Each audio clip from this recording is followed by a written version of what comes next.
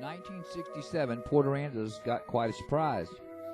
While driving down the beach, we began to notice something coming up out of the sand, something that had been there for a very long time.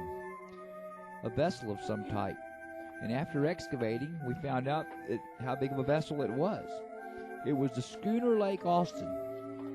And depending on which internet records to believe, it sank in either 1875 or 1883 and has been sitting under the sand ever since, with us driving across the top of it never knowing. Well, after a lot of digging and a lot of pumping, the whole vessel began to take view. Lots of shoveling, and lots of pumping.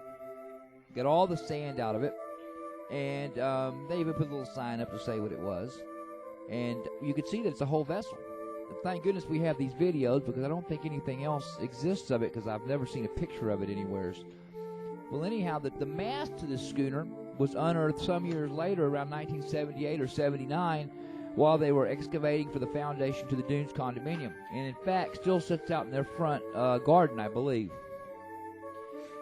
So anyhow, after a lot of tourists and island people spent their time watching them dig this thing out for about 3 weeks or a month, they had to burn it because there was not much else they could do with it, and it was a hazard to driving on the beach and people's feet.